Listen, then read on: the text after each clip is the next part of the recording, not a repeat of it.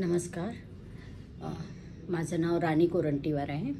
मी गोव्यावरनं आलेली आहे आणि मी गोव्याला मला म्हणजे हार्टचा त्रास चालू झाला. त्याच्या पहिले मला काहीच त्रास नव्हता. माझे पहिले थोडे पाय सुजत होते. मी माझ्या माहेरी लग्नाला गेलेली होती तेव्हा माझे पाय सुजले.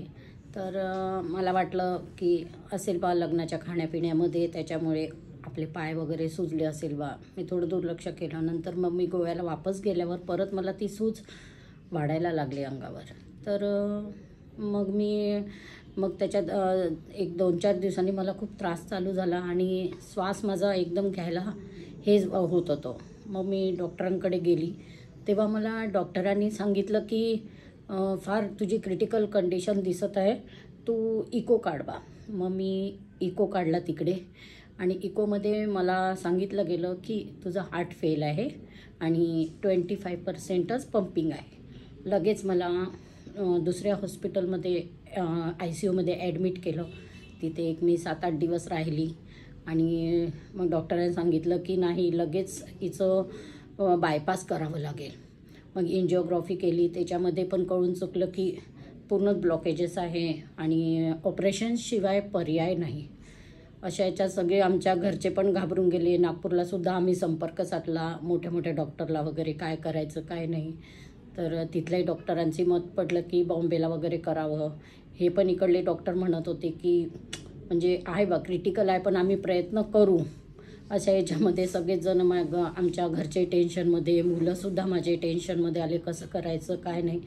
आणि कृष्णाच्या कृपेने मला माझ्या ओळखीतनं चंद्रपूरच्या त्या लोकांनी संजीवनी हार्ट हॉस्पिटलबद्दल मला माहिती सांगितली की इथे तू ट्रीटमेंट घे, तुला इथे बिना ऑपरेशननी तुझं चांगलं होणार.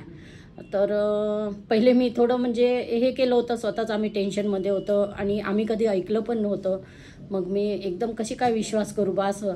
पण मला नाही, समोरच्यानी इतकं मला सांगितलं की बघ बा, कारण आमच्या ओळखीतले लोक पुष्कळ लोक ठीक झालेले आहे, तू एक वेळा ती ट्रीटमेंट कर, नाही जर झालं तर तू ऑपरेशनकडे वळ बा. तर मी कृष्णावर विश्वास ठेवून आणि सगळ्यांचं म्हणजे कहाण्या ऐकून नंतर डॉक्टरांचे सुद्धा काही व्हिडिओ वगैरे बघितल्यावर मी स्वतः निर्णय घेतला आणि घरच्यांशी, माझ्या भावांशी मी बोलली वगैरे. मग त्यांनी म्हटलं की बघ बा, हा तुझा निर्णय आहे, थेरपी घेतेस की ऑपरेशन. मी म्हटलं नाही भाऊ, मी थेरपी घेते. आणि मग माझ्या भावानी मला मग इकडे पाठवलं. पण माझी इतकी क्रिटिकल कंडिशन होती, मी इथे हॉस्पिटल आली तेव्हा. आणि लगेच म्हणजे मी सांगते की एक नाव जसं संजीवनी आहे तसंच डॉक्टर पेशंटला संजीवनीचे औषध पाजल्यासारखं माझ्या तब्येतीमध्ये इतकी सुधारणा झाली. कारण मी आली हॉस्पिटलमध्ये, मला 2-2, 3-3 लोक पकडून यावं लागत होते. सगळे लोक तिकडले सुद्धा पेशंट आश्चर्य केलं की इतकी म्हणजे लहान वयाची असून सुद्धा हिला इथं इतकं काय हिला झालं की पकडून आणावं लागत आणि इतकी सिरियस माझी कंडिशन होती. पण इथलं संजीवनी जे हॉस्पिटल आहे त्याच्यातलं जे वातावरण आहे, जे स्टाफ आहे, जे डॉक्टर्स आहे आणि जी ट्रीटमेंट, मला लगेच दुसऱ्या दिवशीपासनं मला फरक पडू लागला. जेव्हा मी आली तर 4 पावलंसुद्धा नव्हती चालत होती की यांच्या मग इलेक्ट्रिकवाल्या गाड्या मला इकडे तिकडे मला नेऊन मला हे करत होते. 2-2 लोक पकडून न्यावं लागत होते.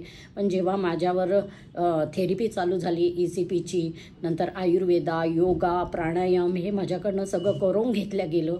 मी स्वतःला सुद्धा मी हारली होती की मला वाटलं नाही की मी जीवन जगणार का. मी मरणाच्या दारात उभी होती. पण इथे आल्यावर मला खरोखर मला नवजीवन मिळालं आणि दिवसेंदिवस माझी तब्येत एकदम चांगली होत आलेली आहे.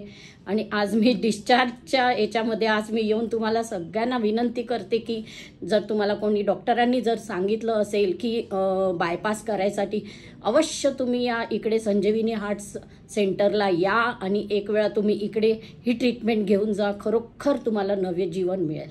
हरे कृष्णा. Thank you ma'am.